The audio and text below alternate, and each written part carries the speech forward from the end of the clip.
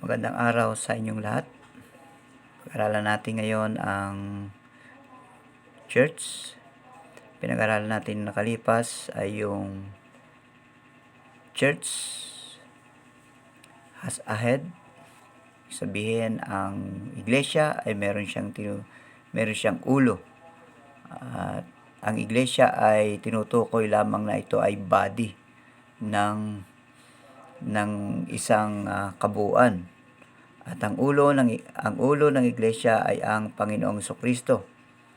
At hindi pwedeng magawa ang iglesia o ang church ng sariling batas, kundi kailangan ang gagawin niya ay yung batas na nagawa na ng Panginoong Jesucristo o yung kautusan.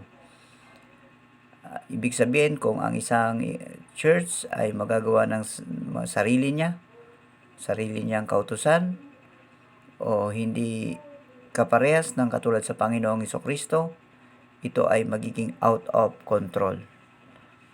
Pag sinabing out of control, makikita mo sa kanyang bunga ang isang gawain na hindi maganda. Ayun, pag-aralan natin yung letter C na to. Sa churches may scripturally cooperate with other churches. Yan. Sabi rito, independence does not mean isolationism, but churches may scripturally cooperate in certain areas with other Baptist churches of like faith and order, provided such cooperation is voluntary and does not violate sovereignty, independence, and autonomy of each church. Anong ibig sabihin yan? Sa ibang iglesia, pwede tayong makisama o makijoin. Pero, hindi nangangahulugan na ikaw ay pangungunahan na nila. Ang bawat iglesia ay independent. At meron itong sovereignty. Meron tayong sariling pamamahala. Hiwalay tayo sa kanila. At meron tayong tinatawag na autonomy. Meron tayong sariling patakaran na hindi kaparehas nila. Yan ang isang church. Pwede tayong makipahalubilo sa ibang mga Baptist church, pero hindi tayo pangungunahan nila. Bagkus ito ay dapat ay meron tinatawag na boundary. Yung church natin ay hindi nila church. Ganun yon. Makikita natin na ang bawat isa sa New Testament church, sabi rito sa number 1, New Testament churches work together to help each other and support evangelism. Yan ang New Testament churches. Pwede tayong makihalubilo sa kanila o makisama sa kanila, makijoin. Pwede tayong tumulong sa tinatawag na evangelism. Ano ba, meron tayong nakitang Baptist church. Imbis na sabihan natin yung mga tao na huwag kayong pumunta riyan. Hindi ganon. Kundi pwede nating sabihan na Baptist yan. Pwede kayong magsimba dyan. Pwede kayong pumunta dyan. Pwede kayong mag-aral ng Biblia sa lugar na yan. Bakit Baptist Church ang tinutukoy dito?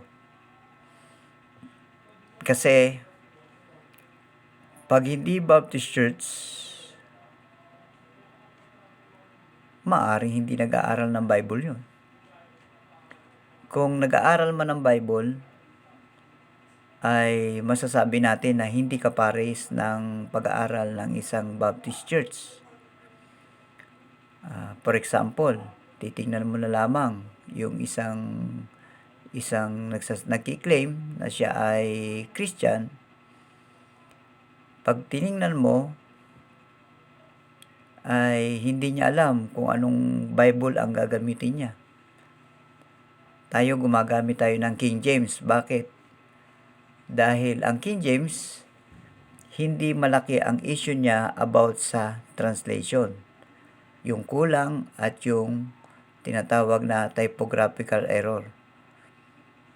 Ibig sabihin, merong mga Bible na kulang ang pagkaka-translate, pagkakasulat. At meron naman na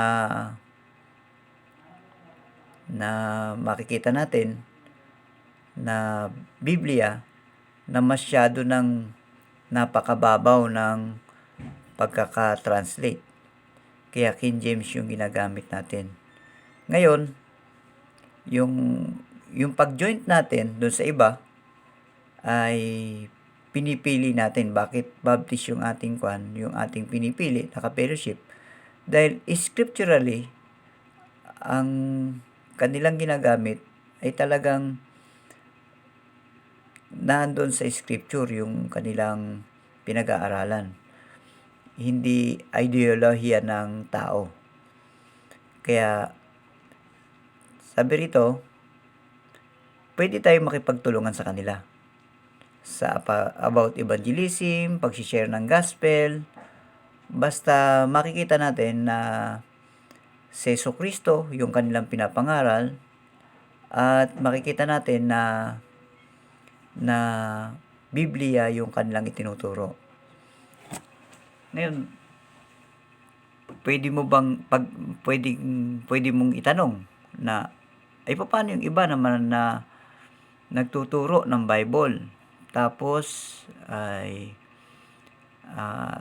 okay naman yung ginagamit nilang Biblia, maayos naman ang pagtuturo nilang Bible, okay rin yun. Tandaan natin, ang pagiging Baptist, pinag-aralan natin, ang Baptist ay hindi yan ibinigay ng mga Baptist din. Halimbawa, yung mga Kristiyano noon na nag-usap-usap, pangalan natin ay Baptist. Hindi ganun yon. Ang mga tumawag ng Baptist sa mga Kristiyano ay yung mga unbeliever, yung mga kaaway ng Kristyanismo. Bakit sila tinawag na Baptist? Kasi nagbabautismo sila. Yan na ang mga nag-Baptist. Kaya sila tinawag na gano'n kasi nagbabautismo sila. Hindi mga mismong mga Kristiyano ang tumawag dyan. Bagkus yung mga tumawag nga dyan sa mga Kristiyano na Baptist, ay sila pa yung pumapatay ng mga Kristiyano. Noong Dark Ages, tinawag yan na mga Anabaptist. At yung mga tumawag na Anabaptist, ay sila din ang pumapatay doon sa mga Anabaptist, sa mga Baptist na nagbabautismo uli. Kasi ang sabi nila ay mali yung ginagawa nila. Kasi nabautismohan na yan ng pabuhos o pawisik, ay babautismohan uli. Ibig sabihin, lumalabag sila doon sa patakaran ng imperyo. Kaya pinapatay nila ang gumagawa nun. Ganon din naman ang Kristiyano, ang salitang Kristiyano. Ang Kristiyano ay unang tinawag sa Antioch, sa Book of Acts. Ito ay hindi pinili ng mga Kristiyano na nag-usap-usap sila, o sige, Kristiyano na lang ang itatawag natin. Kundi, ang salitang Kristiyano ay tinawag yan ng mga taong hindi naniniwala kay Kristo. Kaya nakilala sila, ayan na yung mga Kristiyano, yan na yung mga nagtuturo kay Kristo. Kaya tinawag sila na Kristiyano. Kaya dito sa ating pag-aaral, bakit ngayon ay nagpangalan tayo ng Baptist? Kasi ngayon ay nagkaroon ng tinatawag na religious freedom, at ang bawat isa na may mga samahan, katulad natin, ay dapat magpa-registered. Ngayon, ang registered natin sa gobyerno ay saan yan? Nagpa-registered na ba tayo? Oo. Ang registration natin ay kasama yan sa registration ng Halahala Bible Baptist Church sa Rizal. Kapag nagpapa-registered sila, dahil mission nila tayo, ina-attach nila na meron silang mission na itong Halahala Bible Baptist Church ay merong mission dito sa Bicol sa ang pangalan ay Grace Christian Baptist Mission sa may Bitano. Yan. Ina-attach nila yan na meron silang mission yung Halahala Bible Baptist Church. Kaya kung registration ang pag-uusapan natin, kasama tayo doon. Naka-register tayo. At kaya nga pagka tinanong tayo, anong church nyo? Grace Christian Baptist Mission. Mission pa pala yan. Saan galing yan? Doon sa Rizal, sa Halahala Bible Baptist Church. Ibig sabihin, ang connection ng ating registration ay konektado sa kanila. Pag nagpa-registered sila, ay nakakasama na tayo doon dahil tayo ay mission nila. Kaya, nagkaroon ng pangalan na Baptist, nagkaroon ng ganitong pangalan, katulad ng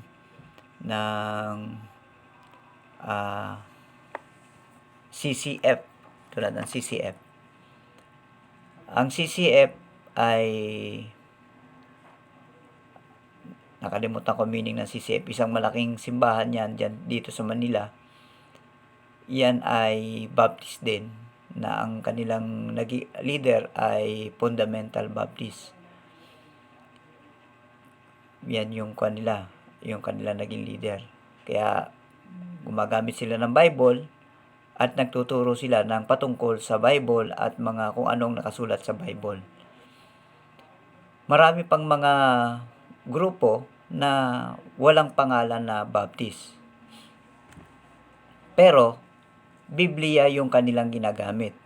Pag tinrace mo kung saan sila galing, ay Baptist ang kanilang pinagmulan. Ngayon naman, meron namang mga grupo na Biblia din ang tinuturo, pero hindi sila nagmula sa Baptist. Sila ay nagmula sa mga tinatawag na reformer. Ano yung tinatawag na reformer? Katulad ni Martin Luther. Si Martin Luther ay isang pari na nagturo ng mga kamalian ng Catholicism. Siya ay nagprotesta at nakabuo siya ng isang grupo na nagtuturo din ng Bible, pero sila ay tinatawag na Protestant. Yun. Sino ba ang mga taong Protestant? Ang mga Protestant ay ang katulad ng mga Methodist. Sila ay mga Protestant. Titingnan natin kung Biblia pa rin ang kanilang tinuturo. At okay yun, pagkat Biblia ang kanilang tinuturo at patungkol sa Panginoong Hesukristo. Kaya ibig sabihin, merong Baptist na walang pangalan na Baptist. Pero ang Protestant, ma-identify mo na dahil wala talaga silang pangalan na Baptist. Ano ba ang pagkakaiba ng Protestant at saka ng Baptist? Ang Baptist, hindi siya nanggaling sa Katolik. Ang Protestant, ang pinagmulan niya ay Katolik. Nagprotesta siya. Samantalang ang Baptist, since pa ng panahon ni Jesus Christ, ay nanatili sila sa pananampalataya sa Panginoong Hesukristo. At nung sila inusig, lumayo sila, at itinago nila ang kanilang pananampalataya na hindi sila mahuli hanggang sa dumating ang oras na sila ay kilalanin. Saan kinilala ang mga Kristiyano? Sa Amerika. Marami mga Anabaptist na naglayag rin patungo sa Amerika. Kaya maraming Baptist sa Amerika. Nung panahon ay nauso ang paglalayag. Kailan yung panahon na yan? Sa panahon nila Columbus, sa panahon nila Magellan. At isa pa rin dyan na example ay yung mga Puritan. Ang mga Puritan ay naglayag patungo sa Amerika para lumayo sa Catholicism. At nagtayo sila ng ng panibagong bayan doon sa Amerika. Kaya ang England ay nasa Europe. Pero merong New England sa Amerika. Sino nagtayo ng New England sa Amerika? Ito yung mga Puritan. Yung mga Puritan na umalis sa bansa ng England dahil ang England ay nasasakop ng imperyo ng Catholicism. Ayaw nila na magpasakop sa imperyo ng Catholicism sapagkat ang itinuturo nito ay tradisyon. Ang nais nila ang pag-aralan ay ang scripture. Noong panahon na yon ay nag-umpisa na ang pagsusulat ng scripture, kaya meron na silang scripture. Saan nag-umpisa ang pagsusulat ng scripture? Yung imprenta. Noong panahon, ang pagsusulat ng scripture ay nung Dark Ages, napakarami na nagsusulat ng scripture. Yung mga tinatawag na mga mongha o nagtayo sila ng mga monastery. Ang mga ginagawa ng mga believer doon ay nagsusulat ng scripture. Hanggang sa dumating ang oras, si Martin Luther ay nagprotesta sa Catholic. Inilabas niya yung 95 Theses na maling turo ng Catholicism. Nung inilabas niya yan, ay lumabas na rin at natuklasan na rin ang pag-iimprenta o yung printing press nung panahon na yan. Kaya marami ng sipi nung panahon na yan, sa panahon ni Martin Luther, ng panahon ng Dark Ages. Sakop pa rin yan ng Dark Ages hanggang sa panahon ng Renaissance. Kaya makikita natin, lumawak ang kaalaman hanggang sa dumating ang oras, maraming mga tao na gustong humiwalay sa Catholicism at sila yung mga tinawag na Protestant. Yung mga Kristiyano naman na nagmula kay Jesus Christ ay nagsikap din sila na makaalis doon sa Europe. Sila'y nagliyag din patungo sa Amerika at ang kanilang pagpunta roon ay nagbigay din ng pagbabago doon sa Amerika, kaya maraming mga Baptist sa Amerika. At naroon din ang marami ding mga Puritans na nung nag-umpisa yung mga naglayag galing sa England. Kaya merong New England sa Amerika. Kaya magtataka kayo, ang England ay nasa Europe, pero sa Amerika may New England. Kasi yung mga Puritan, naglayag sila patungo sa Amerika. Kaya makikita natin ang kaibahan ng pagiging Baptist at ng pagiging Protestant. Ang Protestant, lumabas yan sa Catholic. At ang Baptist, hindi yan lumabas sa Catholic. Nanatili sila sa faith. Hanggang sa kasalukuyan, Biblia yung ating hinahawakan na paniniwala. Kaya, paano ngayon yung mga Baptist na hindi na rin Biblia ang kanilang paniniwala? Pagka ganon, hindi naman nila makukonsider ang kanilang sarili na Baptist sila. Pwede ang isang tao ay mag-claim na Baptist, pero kung hindi naman mula sa Biblia ang kanyang paniniwala, ay baliwala ang pag-claim niya, pagsasabi niya sa kanyang sarili na Baptist siya. Kasi pwedeng gumagaya-gaya lang siya doon sa mga nagsasabing Baptist. Halimbawa, katulad ng isang tao na, born again ako. Pero gumaya lang siya. Akala niya kasi religion lang yung pagiging born again. Ang hindi niya alam, ang born again ay ito ay isang experience. Katulad ng salitang Baptist, ito ay hindi isang religion, kundi ito isang uri ng paniniwala na ako ay nakasama ni Kristo na namatay sa tubig ng bautismo at nakasama ako ni Kristo sa muling pagkabuhay sa tubig ng bautismo. Yun ang ibig sabihin ng Baptist. Ikaw ay inilubog at tapos ay inahon. Yung paglubog ay kamatayan ni Kristo at nung inahon ka, ito yung pagkabuhay ni Kristo. Ikaw ay naniniwala na kasama ka doon ni Kristo kasi ito ay simbolo ng kamatayan at muling pagkabuhay ni Kristo. Yan ang Baptist. Ngayon, dito sa pinapag-aralan natin, yung New Testament churches work together to help each other and support evangelism. Yan. Pwede raw tayo, tayo daw ay tinutulungan natin yung kapwa natin mananampalataya para sa pag-i-evangelism. Na ano ibig sabihin ng pag-i-evangelism? Halimbawa tayo, Grace Christian Baptist Mission. Merong diyan na grupo ng mga Baptist na nangangaral din ng Bible, tinutulungan natin sila. O kayo ba, may maitutulong ba kami sa inyo? Okay, pwede kayong magbigay ng mga tracts, mga babasahin.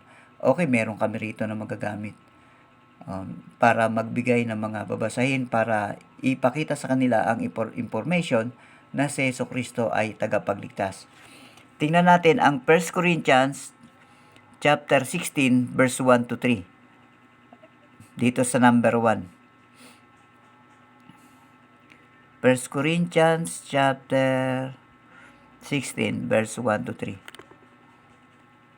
Sabi rito, "Now concerning the collection of the saints, as I have given order to the churches of Galatia, even so do ye, upon the first day of the week, let every one of you lay by him in store as God had prospered him, that there be no gathering when I come. And when I come, whomsoever ye shall approve by your letters, then will I send to bring your liberality unto Jerusalem."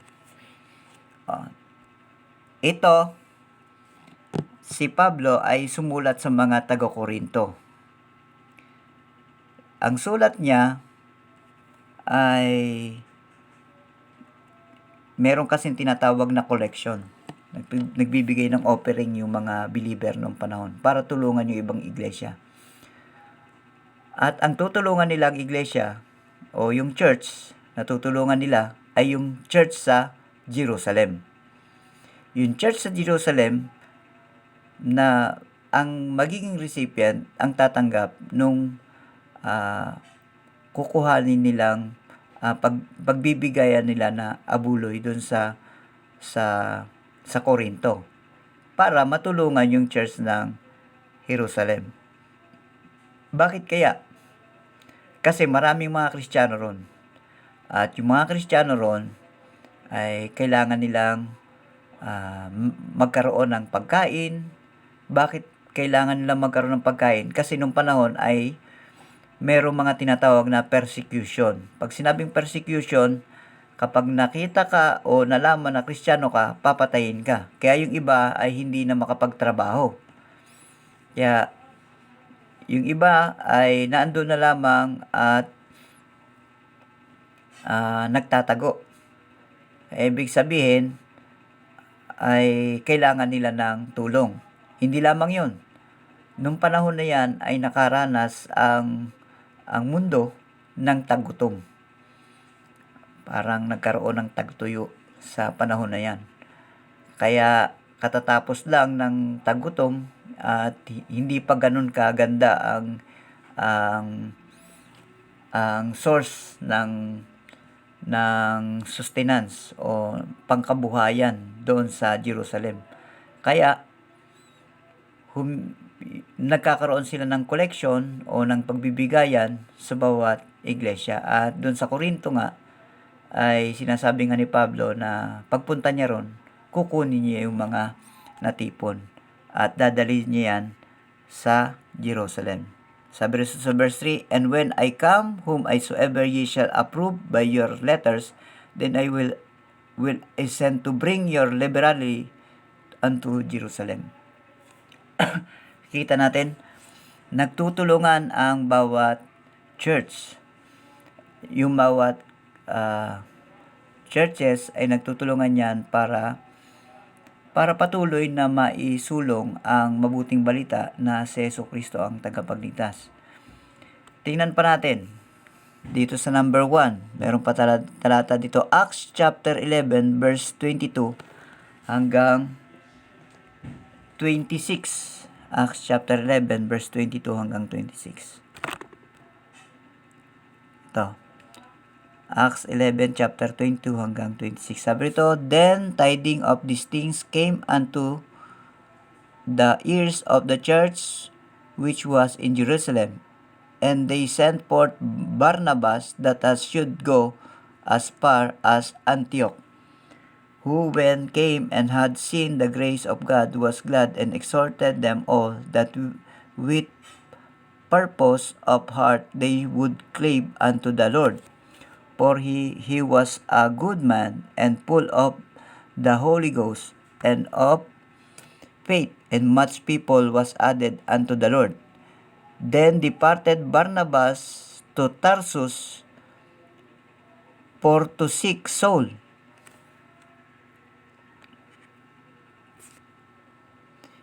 And when he had found him, he brought him unto Antioch. And it came to pass that a whole years they assembled themselves with the church and taught much people. And the disciples were called Christian first in Antioch.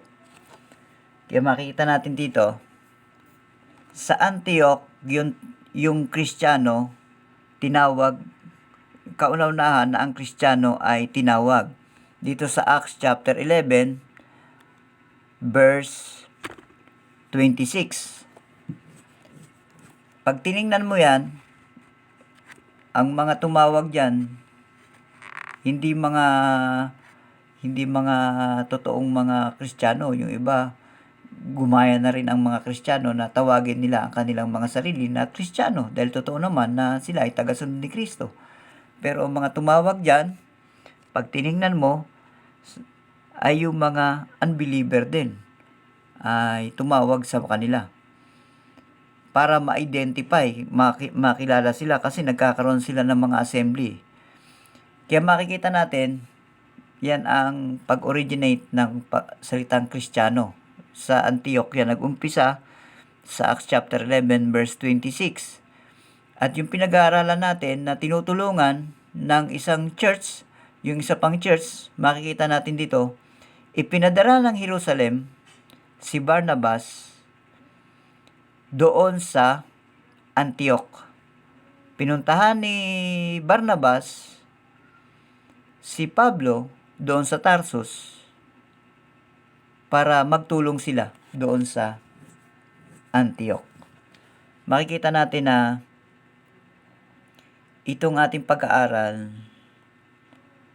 ang bawat church ay nagtutulungan para maisulong ang mabuting balita ng kaligtasan mula sa Panginoong Hesukristo. Yan ang purpose ng church.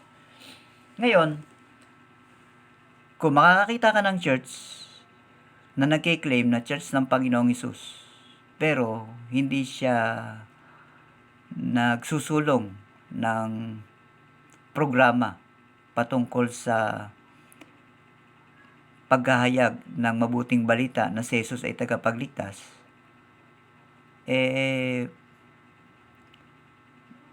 sa panahon natin ngayon, ma-identify natin siya na reliyon lang yan.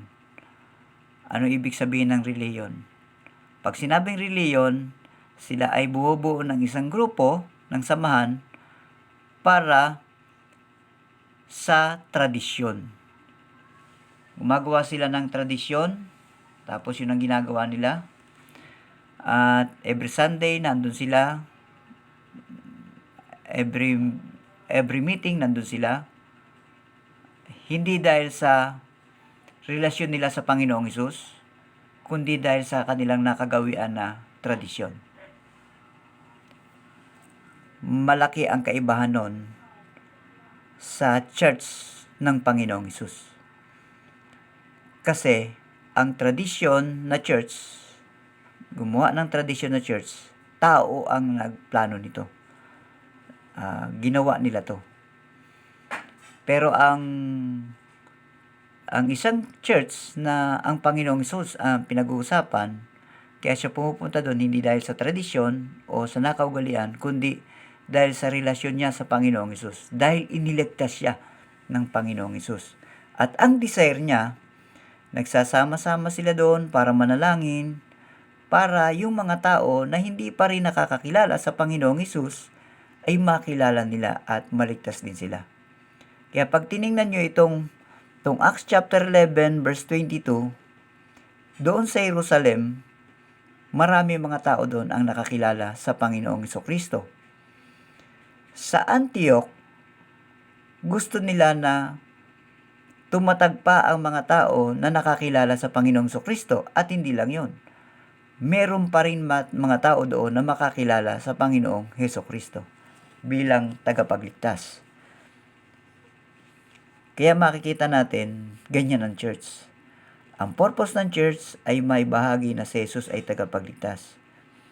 At yung mga nandiyan naman sa church, patatagin ang pananampalataya ng mga sumasampalataya sa Panginoong Hesus na sila ay iniligtas na ng Panginoong Hesukristo.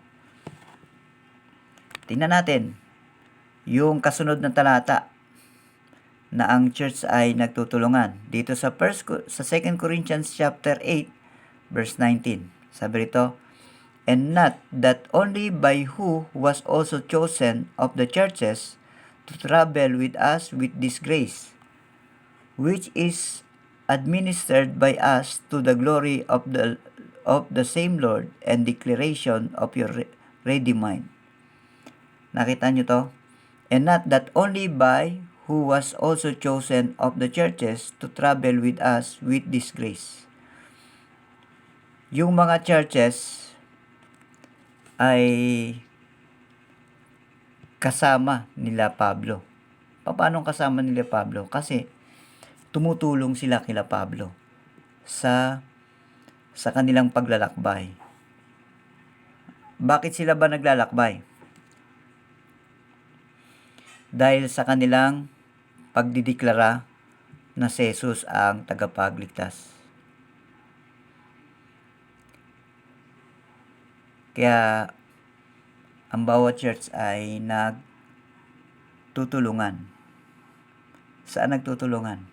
Para maibahagi ang mabuting balita na si Jesus ay tagapagligtas. Diyan muna tayo sa number 1. Sa next week natin yung pag-aaralan yung number 2. Ang number 2, sabi ito, New Testament churches work together in social relief. Yan. Ang pinag-aralan natin ngayon ay New Testament churches work together to help each other and support evangelism.